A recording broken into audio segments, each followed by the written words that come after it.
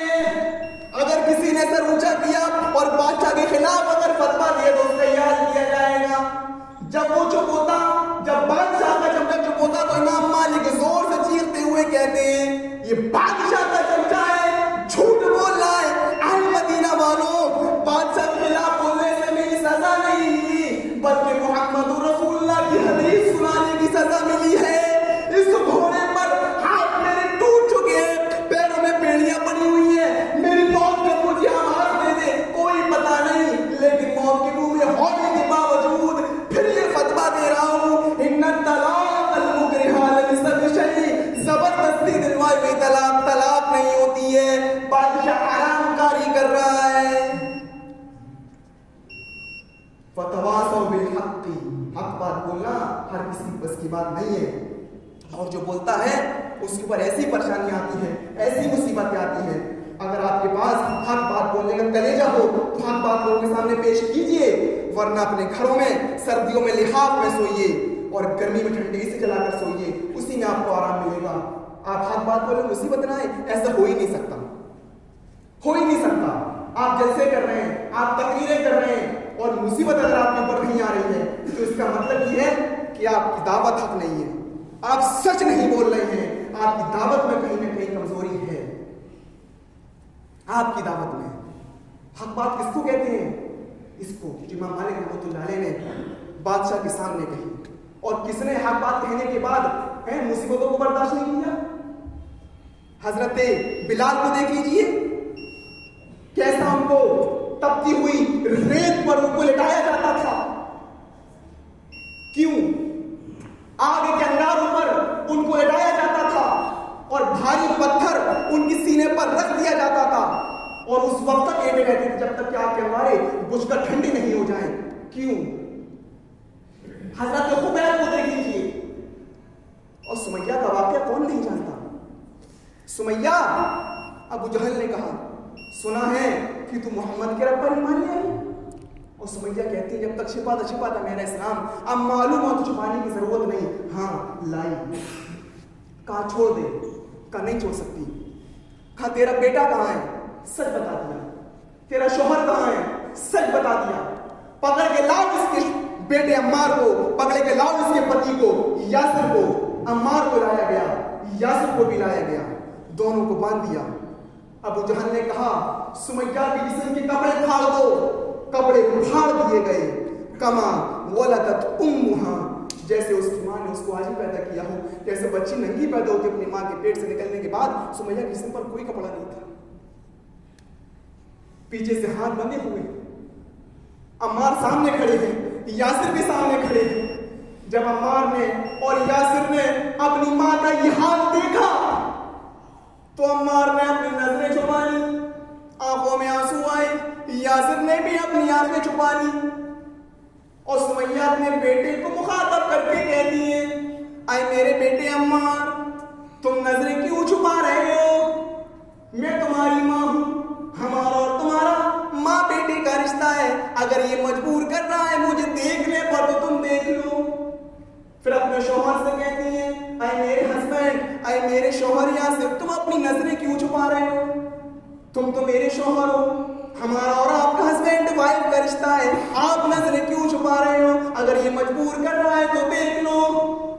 تقریر دیکھو, یہ اسلام کی شہزادیاں ہیں, ان کو اسلام کی شہزادی کہو گے یا ان کو کہو گے جو نمائش میں مارکیٹنگ کرتی ہوئی نظر آتی ہیں؟ یہ اسلام کی شہزادیاں لکھتی ہیں. دیکھ لو فیس بک پر, انسٹاگرام پر کس طریقے سے ہمارے محلے کی اور ہمارے سماج کی لڑکیاں ننگا ناچ کرتی ہوئی نظر آتی ہیں.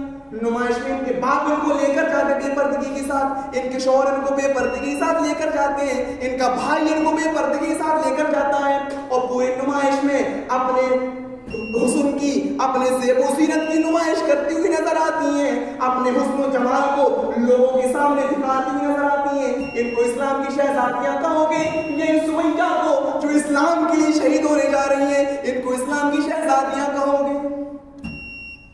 ابو جہل کہتا نہیں مانے گی, کہ بالکل نہیں. نیزہ اٹھایا ابو جہل نے, اور وہ نیزہ دوڑتا ہوا آیا اور پورا کا پورا نیزہ سمیہ رضی اللہ تعالیٰ عنہ کی شرمگاہ میں, ان کے اندام نہانی کے اندر داخل کر دیا. یہاں سے ڈالا، اس پار نکال دیا. بیچاری اپنے ہاتھ بھی نہیں ہلا سکتی تھی کیونکہ دونوں ہاتھ پیچھے سے بندھے تھے. جیسے پھانسی کے پندے پر جاتے وقت پیچھے سے ہاتھ باندھ دیے جاتے ہیں، سمیہ کے پیچھے سے ایسے ہاتھ باندھ دیے گئے. انداز میں نہانی میں شرمگاہ میں نیزہ داخل ہے، نظریں آسمان پر جاتی ہیں.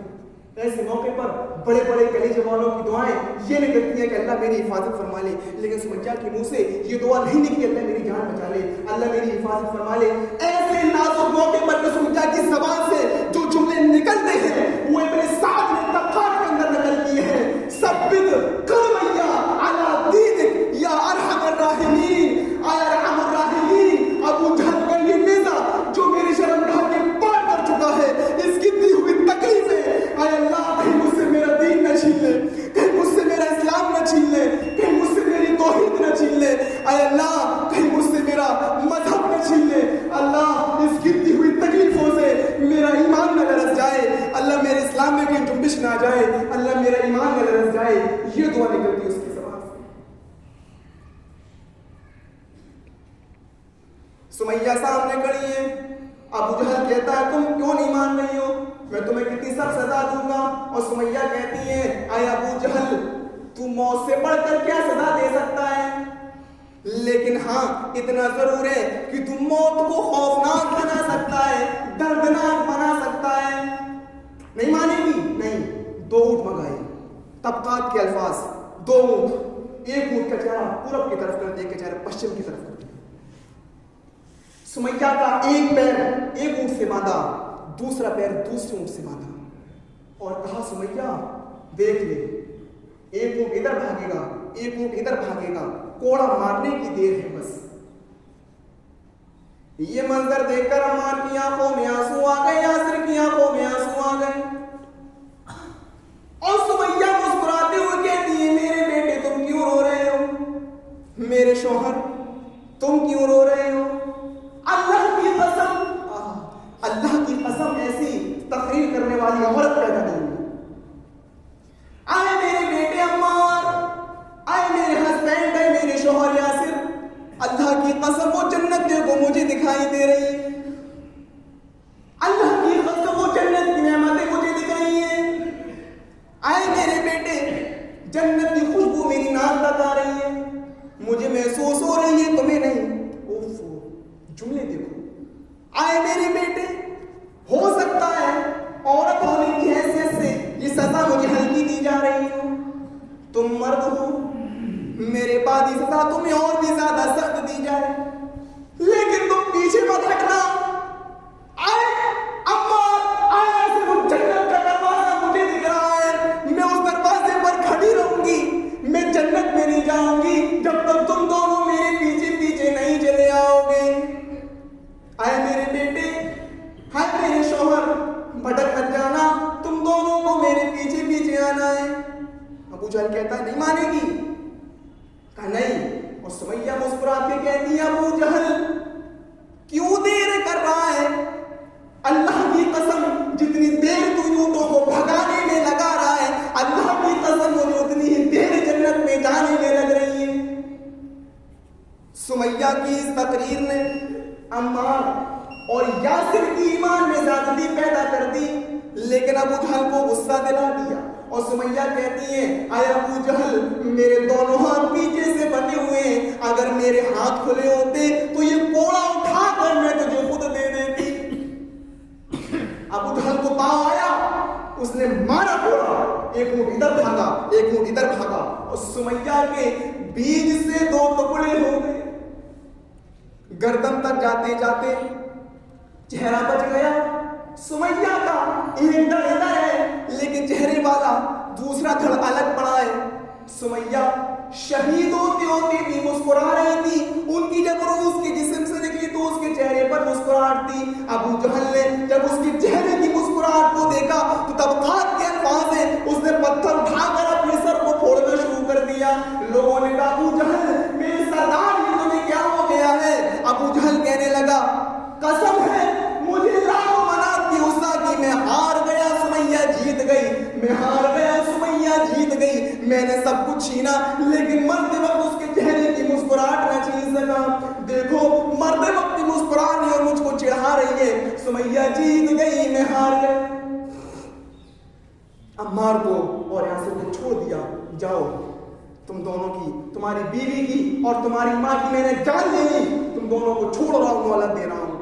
جب یہ منظر عمار اور یاسر نے جو اپنی آنکھوں سے دیکھا تھا, اللہ کے نبی جناب محمد رسول اللہ کو سنایا, تو نبی کرم کی آنکھوں سے آنسوؤں کی موتی بکھرنے لگے, آنسو گرنے لگے. جمعے کا دن آتا ہے, آپ منبر پر کھڑے ہوتے ہیں اور آپ اس خطبے میں تعلیمی خطبہ دیتے ہیں, اور اس خطبے میں ایک ایک کو جنتی کہتے ہوئے کہتے ہیں, اے ابو بکر تم جنتی, عمر تم بھی جنتی, عثمان تم بھی جنت میں جاؤ گے, اے علی تم بھی جنت میں جاؤ گے, لیکن فرق ہے سنو, اے ابو بکر تم جنت میں جاؤ گے لیکن اکیلے جاؤ گے, اے عمر تم بھی جنت میں اکیلے جاؤ گے, اے عثمان تم بھی جنت میں اکیلے جاؤ گے, اے علی تم بھی جنت میں اکیلے جاؤ گے. این عمار این یاسر, لبیک یا رسول اللہ, ہاں میں یہاں ہوں. عمار کہاں ہے؟ میں یہاں ہوں. یاسر کہاں ہے؟ میں یہاں ہوں. اصبروا یا یاسر فإن موعدکم الجنہ, اے یاسر کے گھرانے والوں صبر کرو, صبر کرو. سارے صحابہ ایک ایک کر کے جنت میں جائیں گے, تمہارا پورا خاندان ایک ساتھ جنت میں جائے گا. یعنی سمیہ, عمار اور یاسر تم تینوں ایک ساتھ جنت میں جاؤ گے. اصبروا یا آل یاسر فإن موعدکم الجنہ, ہاں یاسر کے گھرانے والوں صبر کرو, تمہارا پورا خاندان ایک ساتھ جنت میں جائے گا. صبر کرو, پورا خاندان جنت میں جائے گا. میرے پیارے ساتھیوں, حق بات کہو گے تو پریشانیاں آئیں گی, پریشانیاں آئیں گی تو صبر کرنا پڑے گا. صبر کرتے ہو تو ہم کامیاب ہو رہے ہیں. جب حق بات کہو گے تو آپ کے اوپر انڈے پھینکے جائیں گے, جب حق بات کہو گے تو آپ کے اوپر چپلیں پھینکی جائیں گی, جب حق بات کہو گے تو آپ کے اوپر پتھروں کی بارش کی جائے گی. اگر یہ مصیبتیں اٹھانے کا کلیجہ آپ کے پاس ہو تو حق بات کہیے, ورنہ آرام کریے, سکون سے سوئیے. کوئی ضرورت نہیں ہے آپ کو اسلام کی, نہ اسلام کو آپ کی. میرے پیارے ساتھیوں, یہ چند باتیں تھیں جو میں نے آپ کے سامنے آدھے گھنٹے کے اندر کہی ہیں. ہم دعا کرتے ہیں کہ الہ العالمین ہم سب کو تو حق بات کہنے کی توفیق عطا فرما. الہ العالمین اس کے بدلے میں جو مصیبتیں, جو پریشانیاں ہیں, اس پر صبر کرنے کی توفیق عطا فرما. الہ العالمین جو بیمار ہے ان کو شفائے کاملہ عاجلہ عطا فرما, جو کہ رحمت اللہ جو ان قبروں کو نور سے بھر دے. جب تک زندہ رکھنا اسلام پر, جب خاتمہ ہو تو ایمان پر. وما علینا الا البلاغ المبین, وآخر دعوانا ان الحمد للہ رب العالمین.